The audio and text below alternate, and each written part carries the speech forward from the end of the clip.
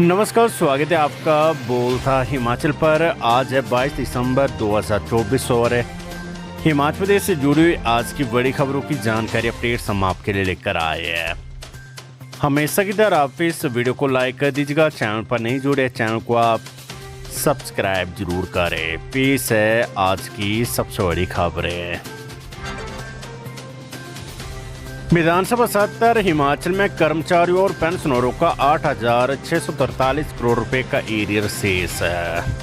प्रदेश में कार्यरत कर्मचारियों और सेवानिवृत्त कर्मचारियों का वर्तमान में 8,643 करोड़ रुपए का एरियर शेष है। मुख्यमंत्री सुखविंदर सिंह सुक्खू ने विधायक डॉक्टर जनकराज और रणधीर शर्मा द्वारा पूछे गए सवाल के जवाब में लिखकर जानकारी दी है। उन्होंने जानकारी दी कि केंद्र सरकार द्वारा अपने कर्मचारियों को अभी तक 53% महंगाई भत्ता दिया जा रहा है और हिमाचल प्रदेश सरकार द्वारा अपने कर्मचारियों को मूल वेतन के 42% की दर से महंगाई भत्ता प्रदान किया जा रहा है। ऐसे में प्रदेश सरकार की तरफ से केंद्र सरकार की तुलना में कर्मचारियों और पेंशनरों को अभी तक 11% महंगाई भत्ता देना बाकी है। उन्होंने कहा कि विभिन्न विभागों से प्राप्त सूचना के अनुसार गत 31 जुलाई 2024 तक सरकारी कर्मचारियों की 12.83 करोड़ रुपए तथा पेंशनरों की 57.92 करोड़ रुपए की चिकित्सा प्रतिपूर्ति की देनदारियां शेष थी। साथ ही वर्तमान में 10,348 कर्मचारियों को ओपीएस का लाभ दिया गया है तथा शेष 2,078 कर्मचारी बिना ओपीएस के सेवानिवृत्त हुए हैं। विधानसभा में विधायक केवल सिंह पठानिया द्वारा पूछे गए सवाल के जवाब में मुख्यमंत्री ने लिखित जानकारी दी है कि कोरोना महामारी के दौरान स्वास्थ्य विभाग में आउटसोर्स आधार पर निजी एजेंसियों के माध्यम से कौशल प्रशिक्षण प्राप्त कुछ कर्मचारियों को अनुबंध पर नियुक्त किया गया था। इनकी सेवाएं भारत सरकार द्वारा जारी आदेश अनुसार 23 सितंबर 2023 के बाद निरस्त कर दी गई। सरकार इन्हें पुनः रोजगार देने पर कोई विचार नहीं रखती है। हिमाचल प्रदेश में आउटसोर्स कर्मियों के लिए किसी निगम व एजेंसी की स्थापना करने का वर्तमान में सरकार के पास कोई भी प्रस्ताव विचाराधीन नहीं है।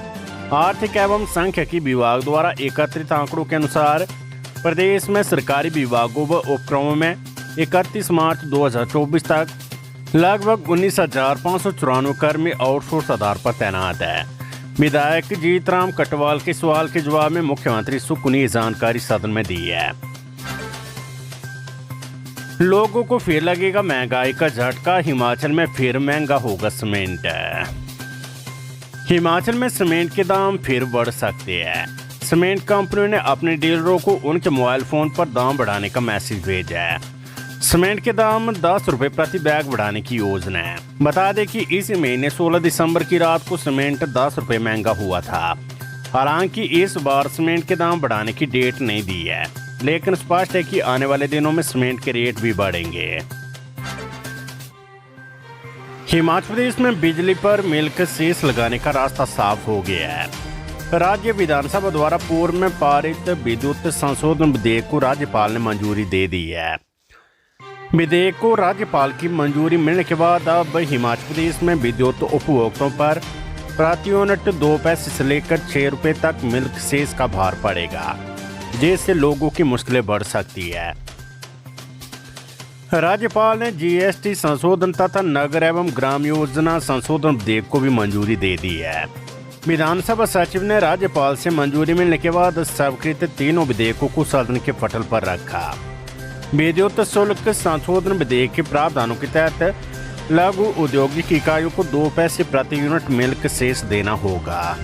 इसके अलावा मध्यम उद्योगों को 4 पैसे प्रति यूनिट, बड़े उद्योगों को 4 पैसे प्रति यूनिट, व्यावसायिक उपभोक्ताओं को 10 पैसे प्रति यूनिट मिल्क सेस का भुगतान करना होगा। कैग रिपोर्ट में खुलासा, हिमाचल प्रदेश के 12 निगम बोर्ड 4,901.51 करोड़ रुपए के घाटे में। हिमाचल प्रदेश के 12 निगम एवं बोर्ड इस समय 4,901.51 करोड़ रुपए के घाटे में चल रही है। इसमें सबसे अधिक हिमाचल प्रदेश राज्य बिजली बोर्ड लिमिटेड का घाटा 1809.61 करोड़ रुपए तक पहुंच गया है। इसके अलावा एचआरडीसी को 1707.12 करोड़ रुपए व वेतन निगम को 180.97 करोड़ रुपए का घाटा दर्ज किया गया है। इसका खुलासा हिमाचल प्रदेश विधानसभा में वर्ष 2022-23 की कैग की रिपोर्ट में हुआ है। हिमाचल में ग्रीन एनर्जी को बेचने के लिए लेना होगा लाइसेंस। हिमाचल में ग्रीन एनर्जी को बेचने व बैंकिंग पर देने के लिए लाइसेंस लेना होगा। लाइसेंस लेने के बाद ग्रीन एनर्जी को बेचने और बैंकिंग देने का काम हो सकेगा। हिमाचल प्रदेश विद्युत नियामक आयोग की ओर से बिजली को बेचने व बैंकिंग दर पर देने के लिए उत्पादन कंपनियों को अपने आप को पंजीकृत करवाने के लिए इन नियमों के तहत लाइसेंस लेना होगा। इस संबंध में पूरे नियमों का खाका अधिसूचित कर दिया गया है। हिमाचल जल विद्युत के बाद सौर ऊर्जा से लेकर कूड़े से बनने वाली बिजली के उत्पादन की दिशा में काम किया जा रहा है। इस एनर्जी के बनने के बाद भविष्य में कैसे इसे बेचा व बैंकिंग पर दिया जाना है, इस दिशा में काम किया जा रहा है। इसी कड़ी में नियमों की अधिसूचना जारी की गई है। शिमला में बहुमंजिला इमारत में लगी आग, धुआं कर जाली बिल्डिंग, लाखों रुपए का नुकसान है। राजधानी शिमला के कृष्णनगर में शनिवार रात को आग की घटना सामने आई है। इस घटना में लवकुश चौक के पास एक बहुमंजिला इमारत जलकर राख हो गई है। रात की बात यह कि इसमें कोई जानी नुकसान नहीं हुआ है और किसी के झुलसने की भी खबर सामने नहीं आई है। हालांकि आग के कारण लाखों रुपए की संपत्ति देखते देखते जलकर राख हो गई है। आग की घटना का पता लगने के बाद स्थानीय लोगों ने अग्निशमन विभाग को सूचित किया। जब तक अग्निशमन विभाग के कर्मचारी मौके पर पहुंचते तब तक स्थानीय लोगों ने घरों से पानी की बाल्टियां ढोकर आग पर काबू पाने का प्रयास किया। संजौली मस्जिद मामला, अवैध निर्माण गिराने के लिए मस्जिद पक्ष ने मांगा समय। अब 15 मार्च को होगी सुनवाई। संजौली मस्जिद मामले को लेकर शनिवार को नगर निगम आयुक्त कोर्ट चक्र में सुनवाई हुई। संजौली मस्जिद कमेटी ने अवैध 3 मंजिलों को गिराने के लिए कोर्ट से अतिरिक्त समय मांगा है। मामले को लेकर अब अगली सुनवाई 15 मार्च को होगी। जमीन के मालिकाना अधिकार को लेकर वक्फ बोर्ड कोर्ट में रेवेन्यू रिकॉर्ड पेश नहीं कर पाया। इसके लिए रिकॉर्ड में संशोधन करवाने के लिए अतिरिक्त समय की मांग की है। बोबोजोत सुरंग सामरिक महत्व की परियोजना के रूप में नामित विकास के लिए साबित होगी मील का पत्थर। रक्षा मंत्रालय ने आधिकारिक रूप से सड़क परिवहन और राजमार्ग मंत्रालय को बोबोजोत सुरंग कटासनी सिल्ला बोबोजोत कुल्लू राष्ट्रीय राजमार्ग के साथ सामरिक महत्व की परियोजना के रूप में नामित करने की अनुशंसा की है। मुख्यमंत्री सुक्खू ने जानकारी दी है। विधानसभा शीतकालीन सत्र के अंतिम दिन शनिवार को तकनीकी सहायकों का एक प्रतिनिधिमंडल उपाध्यक्ष विकास वर्मा की अगुवाई में मांगों को लेकर प्रदेश के मुख्यमंत्री से मिला और लिखित में अपनी समस्याएं बताई। उन्होंने बताया कि 2008 के बाद लगे जिला परिषद में तकनीकी सहायकों को GIA से वेतन दिया जाए। जिला परिषद कैडर में लगे तकनीकी सहायकों को मनरेगा मद से वेतन दिया जा रहा है, जिस कारण NPS, DA, अर्जित अवकाश, दावा वेतन व सेवानिवृत्त और मृत्यु के उपरांत मिलने वाले लाभ से वंचित रहना पड़ रहा है। कोहरे पर स्किड हुई HRTC बस, चालक की सूझबूझ से टला बड़ा हादसा। चंबा जिले के उपमंडल डलहौजी में उस समय एक बड़ा हादसा होने से टल गया जब सड़क पर जमे कोहरे के कारण कोड्डन डलहौजी रोड पर चलने वाली HRTC की बस गांधी चौक के समीप स्किड होगी।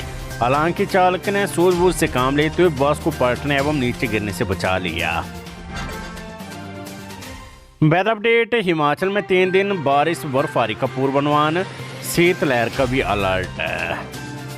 हिमाचल प्रदेश में पश्चिमी विक्षोभ की सक्रियता से मौसम में बदलाव आने की संभावना है। मौसम विज्ञान केंद्र शिमला के अनुसार 22 व 27 दिसंबर को पश्चिमी विक्षोभ पश्चिमी हिमालय क्षेत्र और आसपास के मैदानी इलाकों को प्रभावित करेगा।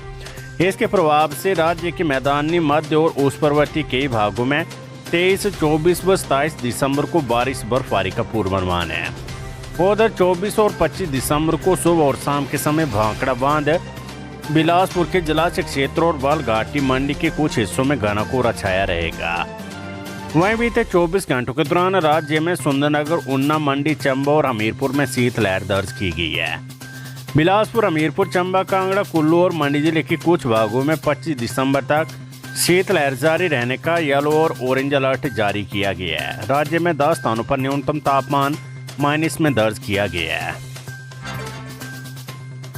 संस्थानों को बंद करने के मुद्दे पर सदन में हंगामा, विपक्ष ने नारेबाजी के बाद किया वॉकआउट। हिमाचल प्रदेश विधानसभा के शीतकालीन सत्र के अंतिम दिन शनिवार को सदन में जबरदस्त हंगामा हुआ। भाजपा विधायकों ने कांग्रेस सरकार पर संस्थानों के बंद होने के मुद्दे पर झूठ बोलने का आरोप लगाया।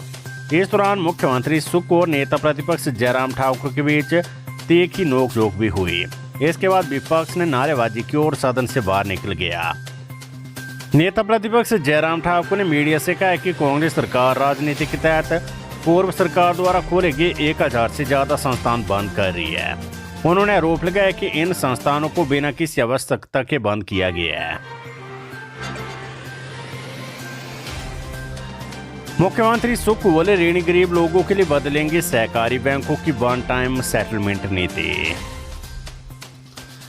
हिमाचल प्रदेश विधानसभा के शीत सत्र के अंतिम दिन की कार्यवाही में प्रश्नकाल 11 बजे बिना किसी गतिरोध के शुरू हुआ। सदन में मुख्यमंत्री सुख ने कहा कि ऋणी गरीब लोगों के लिए सहकारी बैंकों की वन टाइम सेटलमेंट नीति को बदलने पर विचार किया जाएगा। विधायक सतपाल सिंह सत्ती के सवाल का जवाब देते हुए मुख्यमंत्री ने कहा कि वन टाइम सेटलमेंट के मामले 10 लाख रुपए से ऊपर के कर्ज के लिए भी लागू रहेंगे।